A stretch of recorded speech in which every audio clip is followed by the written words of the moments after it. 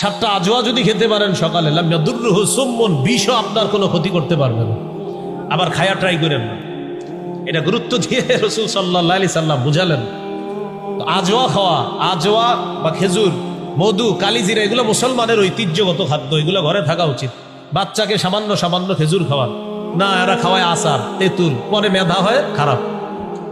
ভালো জিনিস খাওয়াতে হবে। ঈসা নবীর আম্মা মারিয়ামের পেটে যখন তিনি আসলেন, আল্লাহ তাআলা মারিয়াম আলাইহিস সালাতু ওয়াস সালামকে একটা গাছের নিচে বসাইলেন আর বলে দিলেন, ফাকুলি ওয়াশরাবি, তুমি খাও, পান করো। তো খাবে কি? খেজুর। পান করবে কি? ঝর্ণার পানি, সামনে পানি আছে, পানি পান করবে। তো খেজুর কোত্থেকে আসবে? মুফাসসিরিনে কেরাম লেখেন যে মারিয়াম খেজুর গাছে ধরলেই, ওটা নাড়া দিলেই আল্লাহ খেজুর ব্যবস্থা করে দিবেন। কারণ আমি যে বিষয়টা বুঝাইতে চাই, এত খাদ্য থাকতে মারিয়ামের জন্য আল্লাহ খেজুর কেন নির্বাচন করলেন? এত খাদ্য।